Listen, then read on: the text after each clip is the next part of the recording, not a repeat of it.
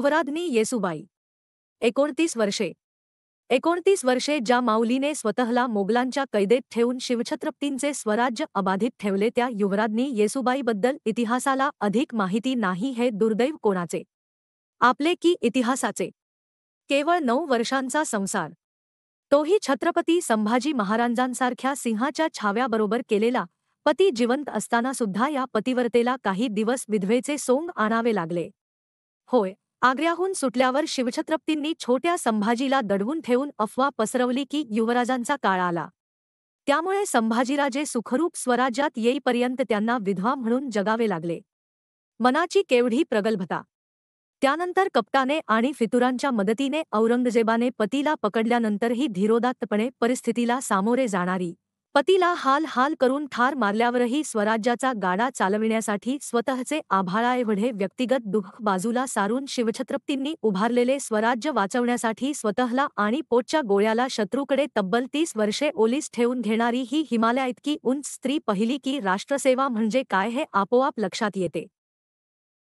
छत्रपती शिवरायांच्या महानिर्वाणानंतर स्वराज्याचे लचके तोडण्यासाठी दस्तूरखुद्द औरंगजेब महाराष्ट्रात आला होता।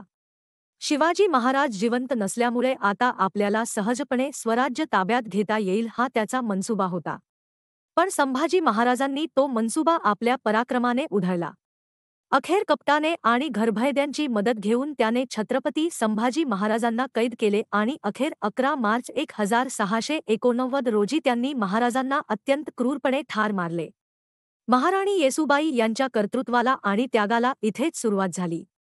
आपल्या पतीच्या मृत्यूचे दुःख बाजूला ठेवून त्यांनी स्वराज्याची विस्कटलेली घडी सरळ करायला सुरुवात केली। त्यांचे मन किती मोठे होते याची चुणूक त्यांच्या पहिल्याच निर्णयात दिसते। नियमाप्रमाणे छत्रपती संभाजी महाराजांच्या मृत्यूनंतर त्यांचा मुलगा शाहू राज्यावर बसावयास हवा होता। महाराणी येसूबाई यांनी आग्रह केला असता तर छोट्या शाहूला राज्याभिषेकही झाला असता, पण तत्कालीन परिस्थिती पाहता त्यांच्या लक्षात आले की स्वराज्य टिकवायचे असेल तर मुलाच्या प्रेमापेक्षा कर्तव्याला जास्त महत्त्व दिले पाहिजे। त्या काळात रायगडावर छत्रपती संभाजी महाराजांचे धाकटे बंधू राजाराम महाराज यांना मानणाऱ्या सरदारांची संख्या मोठी होती। त्यामुळे नियमाप्रमाणे शाहू महाराजांना जर राज्यावर बसवले तर काही सरदार बंड करतील, सैन्याचे 2 भाग पडतील आणि हे अंतर्गत बंड औरंगजेबाला स्वराज्याचा घास मिळवून देण्यास मदत करेल अशी त्यांना भीती वाटली। त्यामुळे त्यांनी पुत्रप्रेम बाजूला सारून आपले दीर राजाराम महाराज यांना गादीवर बसवले व स्वतः त्यांच्या वतीने काम करण्यास सुरुवात केली। आज लोकशाहीच्या नावाखाली आपल्याच मुलानातवंडांना पुढे आणणारे नेते पाहिले की येसूबाईंची महानता लगेच लक्षात येते। महाराणी येसूबाई यांचा त्याग इथेच संपत नाही, उलट तो त्याग इथे सुरू होतो। त्यांच्या असीम त्यागाचे दुसरे उदाहरण तर एकमेवाद्वितीय असेच म्हणावे लागेल। छत्रपती संभाजी महाराजांना ठार मारल्यावर औरंगजेबाच्या आशा पुन्हा पल्लवित झाल्या। त्याने स्वराज्याचा घास घेण्यासाठी रायगडाला वेढा दिला, पण स्वराज्याचा धनी त्या वेढ्यात अडकून पडला असता तर सैन्याला एकत्र आणणार कोण हा प्रश्न होता। तसेच बाहेर मोकाट असलेल्या औरंगजेबाच्या सैन्याने चहूबाजूनी आक्रमण करून स्वराज्याचे लचके तोडले असते आणि राजाच बंदिवान असल्याने राज्यकारभार हाकणे हे अवघड झाले असते। येसूबाईंची त्यावर उपाय काढला। त्यांनी राजाराम महाराजांना सुचवले की त्यांनी रायगडच्या वेढ्यातून बाहेर पडून जिंजीच्या किल्ल्यात तळ ठोकावा व रायगड वेढ्यात अडकल्याने संपूर्ण राजधानीत जिंजीला हलवावी। असे केल्याने रायगडाचे महत्त्व कमी होऊन या वेढ्यातून औरंगजेबाला फारसे काही गवसणार नाही आणि स्वराज्याचा कारभार व्यवस्थित हाकता येईल। म्हणजे स्वराज्य राखण्यासाठी त्या स्वतःला तोफेच्या तोंडी द्यायला तयार होत्या। कल्पना बिनतोड होती, पण आपल्या मातेस्मान वहिनीला आणि छोट्या शाहूला वेढ्यात एकटे सोडून निघून जाणे हे राजाराम महाराजांना पटेना। पण येसूबाईंनी राजाने नात्यांपेक्षा कर्तव्याला जास्त महत्त्व दिले पाहिजे तरच राज्य चालते हे त्यांना पटवून दिले। अखेर जड अंतकरणाने राजाराम महाराजांनी रायगड सोडला आणि येसूबाईंच्या सत्वपरीक्षेला सुरुवात झाली। राजाराम महाराज रायगडावरून यशस्वीपणे निसटल्यावर येसूबाईंनी 8 महिने रायगड झुंजवला। खूप प्रयत्न करूनही गड ताब्यात येत नाही असे पाहून औरंगजेबाने कपटाने रायगडावरील भगवे निशाण उतरवले व येसूबाईंना शाहू महाराजांसहित अटक केली। येसूबाईंना शिवरायांची शिकवणच होती की प्रसंगी गड किल्ले शत्रूला द्यावेत पण स्वराज्य राखावे। दिलेले किल्ले लढून परत मिळवता येतात पण गेलेले स्वराज्य परत मिळवता येत नाही। शत्रूने बंदी बनवले तरी सुटता येते हा इतिहासही शिवरायांनी घडवून येसूबाईंसमोर आदर्शासारखा ठेवला होता. पण दुर्दैवाने येसूबाईंना त्यांच्यासारख्या युक्तीने स्वतःची सुटका करून घेता आली नाही. त्यामुळे त्यांना आणि शाहूराजांना आपली उमेदीची 29 वर्षे स्वराज्यासाठी कैदेत व्यतीत करावी लागली. 29 वर्षांपैकी 17 वर्षे महाराष्ट्रात औरंगजेबाच्या छावणीत नजरकैदेत त्यांना राहावे लागले. जिथे छावणीचा तळ पडेल तिथे त्या दुर्दैवी मायलेकरांची फरफट होई. स्वराज्यात राहूनही त्यांना स्वातंत्र्य उपभोगणे नशिबात नव्हते.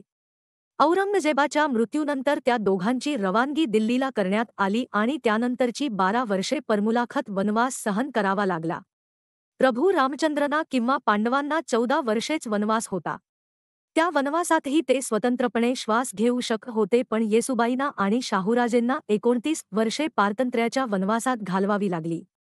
खरोखरच त्या दोघांच्या स्वराज्यनिष्ठेला तोड नाही. अखेर बाळाजी विश्वनाथ पेशवे म्हणजेच पहिले पेशवे यांनी त्यांची सुटका केली.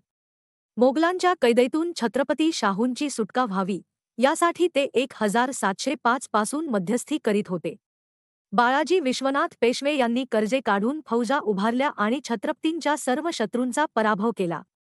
1681 पासून मोगलांशी चाललेल्या लढ्यात धनाजी जाधव, संताजी घोरपडे, सरदार भोसले, सरदार दाभाडे, सरदार आंग्रे आदी सरदारांना त्यांनी एकत्र आणले व मोगलांशी लढा दिला. औरंगजेबाच्या मृत्यूनंतर दिल्ली दरबारात झगडे सुरू झाले होते. बादशाह फरुख सियर आणि त्याला गादीवर आणणारे सय्यद बंधू यांच्यात वितुष्ट आले. सय्यदांचा नाश करण्यासाठी बादशाहच्या खटपटी सुरू झाल्या. तात्प्रक्षणार्थ सय्यद बंधूंना मित्र शोधावे लागले. आपले उद्दिष्ट गाठण्यासाठी मराठ्यांशी मैत्री करणे त्यांना भाग होते. त्यामुळे दक्षिणेचा सुभेदार सय्यद हुसेन अली याने पेशव्याचे मार्फत मराठी राज्याशी नवा तह केला. त्यात शिवाजी महाराजांचे स्वराज्य बिनशर्तपणे शाहू महाराजांना देण्याचे ठरले. शिवाय दख्खनच्या 6 सुभ्यांचा चौथ आणि सरदेशमुखी हे हक्कही मान्य करण्यात आले. मोबदला म्हणून शाहू महाराजांनी 15,000 फौजेनिशी दख्खनच्या सुभेदारास मदत करावी आणि चोरचिलटांचा बंदोबस्त करून मुलखाची आबादी राखावी या अटी करारनाम्यात ठरल्या. त्या करारनाम्यावर बादशाहकडून शिक्कामोर्तब व्हावयाचे होते. बाळाजी विश्वनाथ फौजा घेऊन सय्यद बंधूंच्या सहाय्यास नोव्हेंबर 1718 मध्ये दिल्लीस गेले. दिल्लीत सत्तांतरण झाले. फरुख सियरची इतिश्री होऊन महमूद शाह गादीवर आला. 1719 च्या मार्च महिन्यात संदामवर नव्याने बादशाहचे शिक्कामोर्तब होऊन बाळाजी पेशवे येसूबाई, शाहूराजे व इतर मराठी सैनिक यांची सुटका करवून सातायास येऊन छत्रपतींस भेटले आणि मायलेकांनी 29 वर्षांनंतर मोकळा श्वास घेतला. अशा रीतीने मराठ्यांच्यातील कपट व आपापसातील बेबनाव यांच्यामुळे 29 वर्षे कैदेत असलेले हे मायलेक दिल्लीतील मुघल सरदारांच्यातील कपट आणि आपापसातील बेबनाव यांचा फायदा घेऊन सुटले आणि एक वर्तुळ पूर्ण झाले.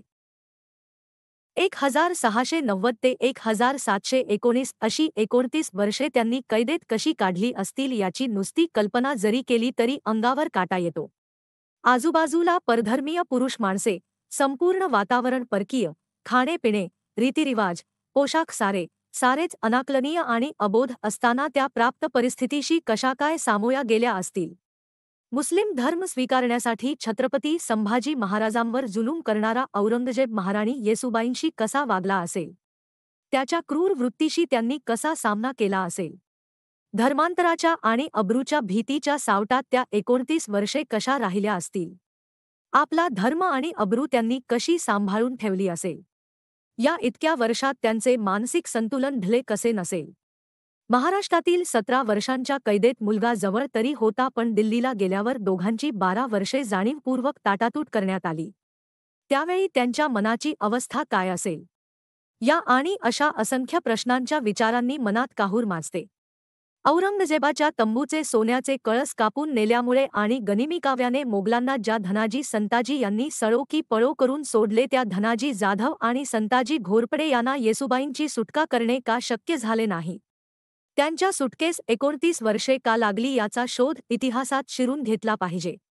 कोणत्या मातीत जन्मलेली आणि तयार झालेली माणसेही स्वराज्यासाठी तन-मन धन देणे म्हणजे काय हे यांच्याकडून किती वेळा शिकायचे. कितीही प्रयत्न केला तरी येसूबाईइतके पराकोटीचे उच्च त्यागजीवन जगणे आपल्याला जमेल का. राष्ट्रासाठी सर्वस्व अर्पण करणे हेच त्यांच्या जीवनाचे सार होते. ते अंगी बाणवणे हे आपल्याला कितीसे जमेल हा प्रश्नच आहे. स्वराज्यासाठी त्यांनी केलेला आयुष्यभराचा त्याग ही त्यागाची परिसीमाच म्हणावी लागेल. आज कैदेतून झालेल्या त्यांच्या सुटकेला 310 वर्षे पूर्ण होत आहेत.